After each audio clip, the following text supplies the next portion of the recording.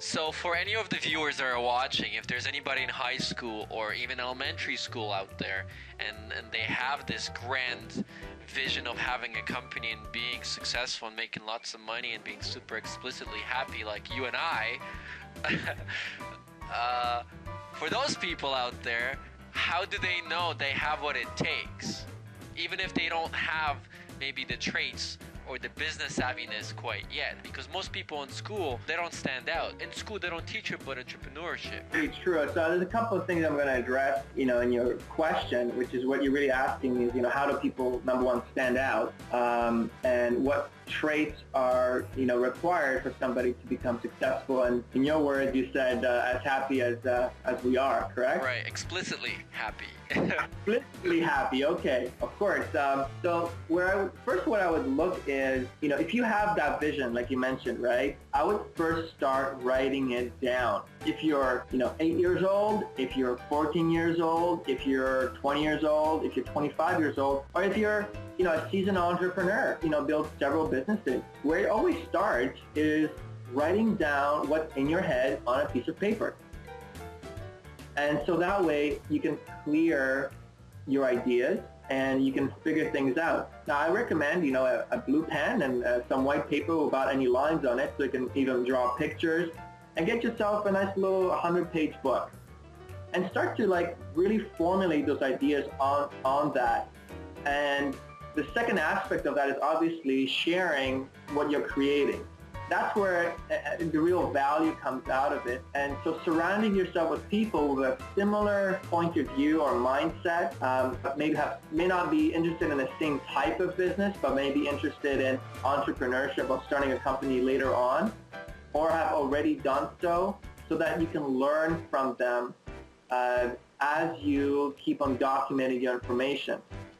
What comes naturally with that is the ability to be trainable and coachable, meaning to say you kind of have to let go what you think you know and give that information up and be open to really absorbing everything like a sponge. So that's what I would recommend for somebody, really any age, but especially if you're young, to document what it is in your mind before really taking anything else on, and then sharing that information and getting feedback from other people around you on your thoughts and ideas. Now most people think and believe that in order to start a business you need to have a lot of money. In your opinion, do you think that's true? No, that's absolutely false, actually. What's required to build a business, from my experience in building now over 30 companies in partnership with my clients and some of the companies that I own, is it's really a commitment to find out what people really are looking for, what people need and what they want. And that, if you walk up to people on the street at random and you ask them, hey, so what do you really want? People will not necessarily say, what I really want is, and give you a very specific explanation. Now, it doesn't really occur that way. However, if you build a skill, and this is one of these skills that I did not mention before, but really listening for what people are looking for, then you can literally invent money by providing things that people need and want. And that is a skill. I can talk about this in a different conversation that you want to have, Marcin, because it's a really in-depth topic. We can kind of go on that one for a little while. And when you can have the ability to invent money, you're essentially generating value where there's something missing for people in a particular moment in time that they'll be more than happy to pay somebody else to do. And they have time for them to buy that thing, and they have the money for it. And that's really the most important aspect initially. And it's not about, having the money first. Well, and if you do, that's great. But, at the end of the day, even if you do have it and people don't need and want what you're offering, well, guess what? You're not going to generate any money. Right. Being an entrepreneur, what would you say drives you and what motivates you every morning to get up and continue on this path to possibly nowhere or everywhere? Well, actually, my path is, we've done a lot of work on this, and what wakes me up in the morning is really, there's several words, but one word that sticks out to mind right now is legacy. Is what do I want to leave behind for the generations that are going to come after me? Do I want to leave behind businesses that are, dysfunctional, organizations that don't work, where people are not necessarily treated the way that I would want to be treated? Or do I want to leave organizations that are thriving and people support each other and, they build things that are needed and wanted in the marketplace, not only for the sake of making money, but also from the point of view of making a difference and having a good time while you're doing it. I mean, why else would you do all this stuff, having fun? And, most of the time what I find is that, this thing of making money and making a difference and having fun are in three different places, right? So you're either in business because you want to make money, or if you're a not-for-profit organization, you can make a difference. And if you have your hobbies, then you can have fun. For me, it's not an either-or proposition. It's really an integrated approach. That's what I would say, in response to your question.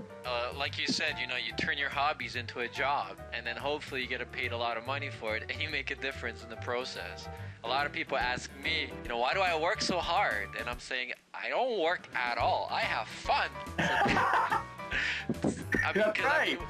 Work to a lot of people is a 9 to 5, dreading the commute to work, dreading the commute back home, then sitting down and relaxing. If you relax every single day, what else do? You have fun. Yeah. Okay, so so what's the next step for you? The next step. Yeah, well, before this interview, we actually spoke on the phone, and you said that you have a 5-year plan, right? So yeah, what's next step for Vwodek? Well, in 2011, the plan for us is really what we distinguish as we come up with these themes every year. And the theme that we came up for 2011 is the year of the tipping point. And essentially, not only are we what we saw is that we have so much momentum in our businesses that this is the year where things are just going to start tipping. And for those of you who are unfamiliar with that concept, Malcolm Gladwell wrote a book called The Tipping Point, in which he said that once you reach 2% saturation in the marketplace of any concept, any idea, whether it be an iPod or some email that gets forwarded to you, once it reaches 2%, it quickly spreads to 50%, like a virus almost. Right. And that's what we're kind of looking at in 2011. And obviously, moving forward, that theme will recur again and again in our organization. It's just right now, it's really our focus. And inside of that, some of the goals that we have are to obviously grow and reach unprecedented profitability in all of our businesses that we belong to, and also in our investments that we have.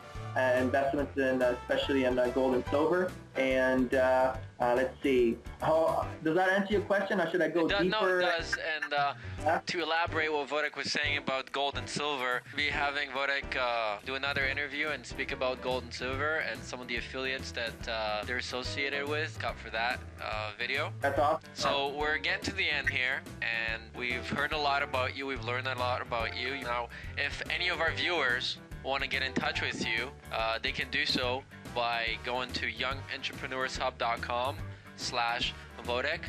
Or anywhere else that people can find out more about you? Yeah, sure.